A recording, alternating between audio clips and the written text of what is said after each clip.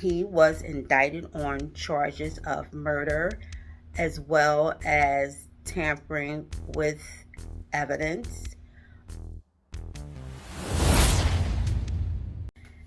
Good morning. Welcome to Tamika's Story Time. If you haven't hit that subscription button, I encourage you to do so now, as well as thumbs up.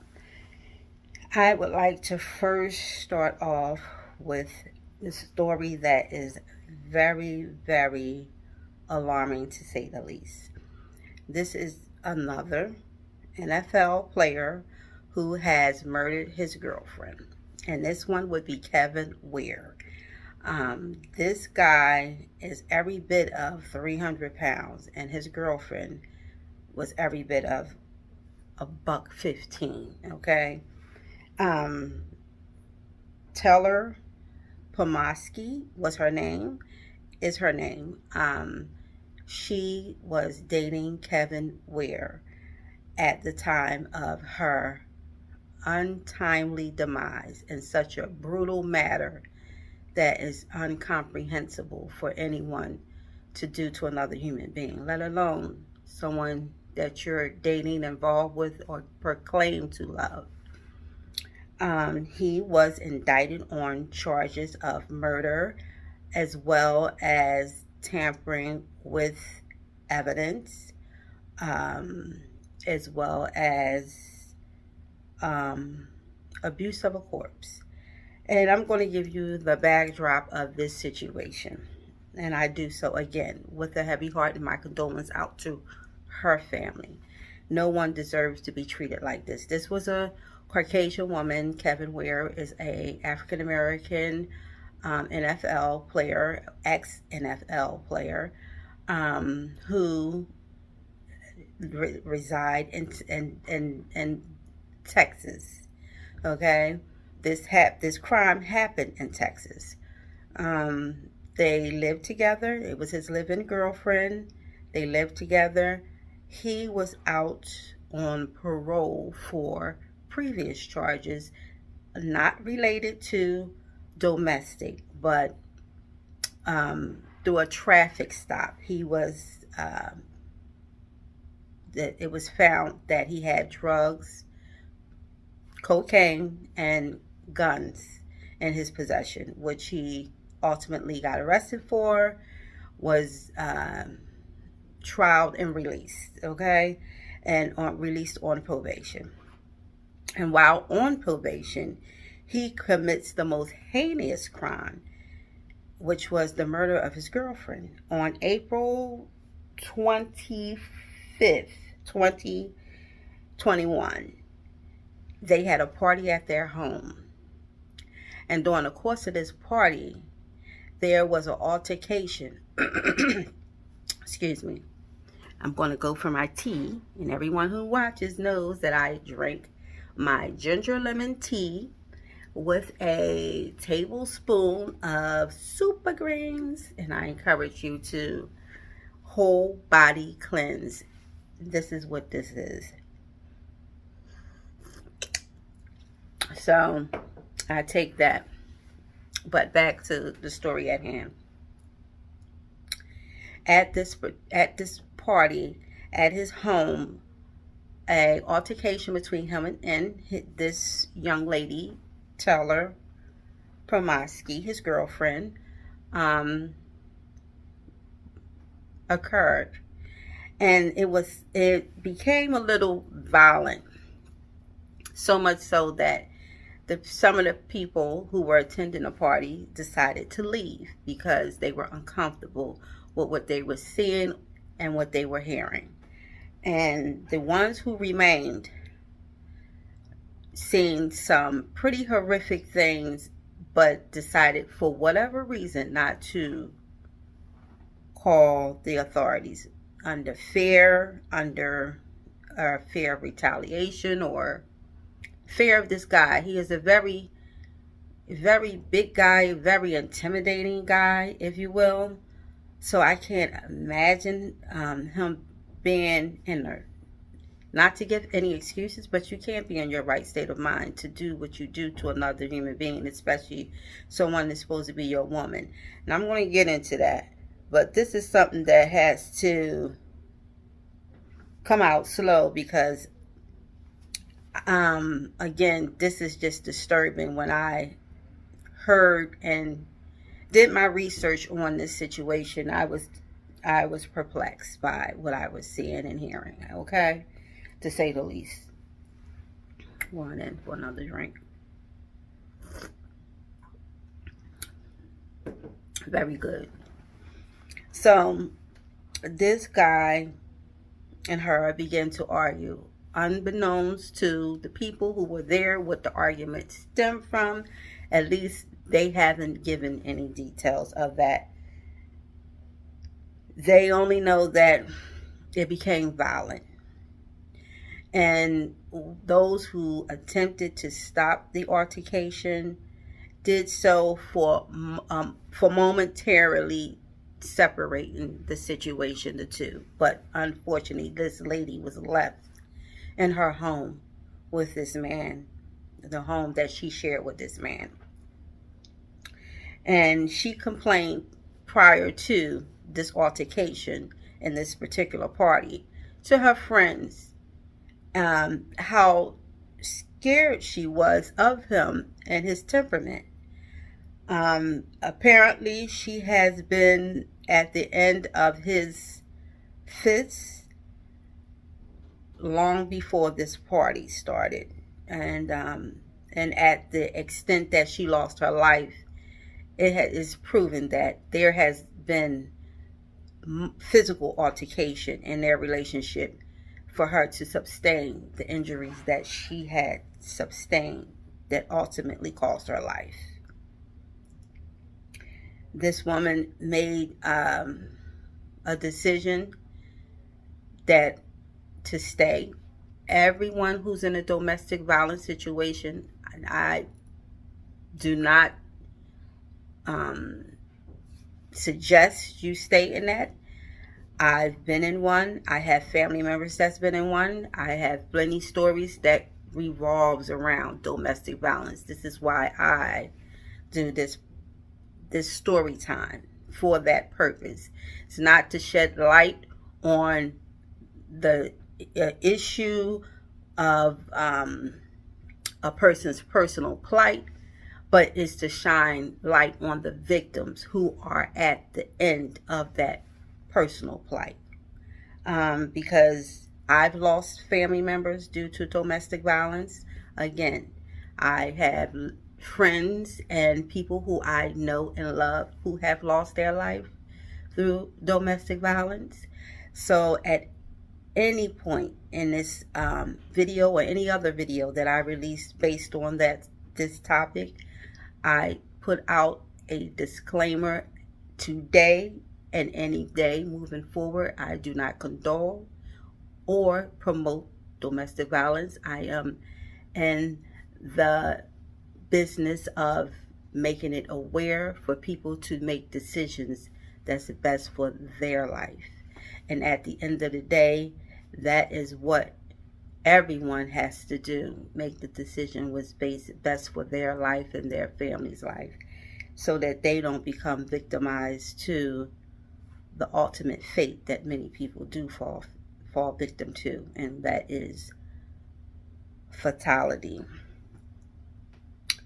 This woman, Miss Teller, made it clear to those who would listen that she was uncomfortable. For whatever reason she decided to stay, she stayed in that home when everyone else left. And I thought, in my mind, that's a perfect opportunity to leave when an altercation has erupted, where there's a rally of people who are witnesses to this altercation. And when they leave, I would highly advise her to have left with someone out that door versus staying to lose her life in such a horrific way. This lady was by all accounts, bludgeoned, beat and bludgeoned to death by this man at the hands of her boyfriend. And as if that wasn't enough, he strangled her and then burnt her body and then dumped her body several miles away from their home on someone else's private property, which they had a ditch, unbeknownst to the property owner. This woman was missing this is in Texas, and for 7 months. A month after the party and friends could not get a hold of her, that actually attended that party grew gravely concerned for this woman and knew that something happened to her other than what they had observed, something much more deeper than what they had witnessed. At that party, they witnessed an altercation where she was pushed and slapped. That was what they witnessed, but they didn't want to stay around. The ones who left, witnessed that, voiced that, and removed themselves from that situation in fear and concern of witnessing more and being a part of what they're witnessing and not being able to do anything about it, or being, just a witness to such an attack on a woman and feeling uncomfortable with that.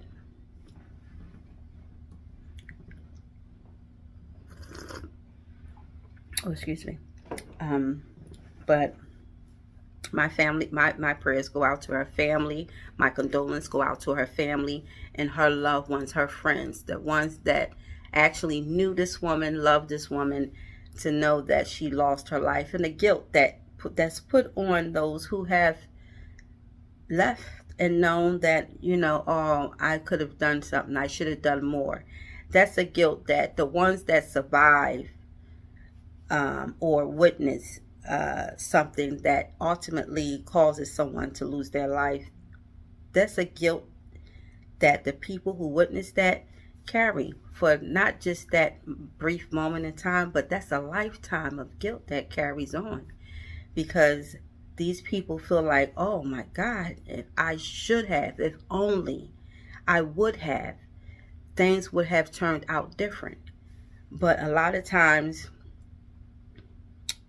we can't do anything, because again, when it's something like domestic violence, you can try all you want. I have literally tried to call and report, and nothing is done, because the person goes back to that individual and return back to the person who. So it's like like one counselor told me, you can't make a decision for someone else's life.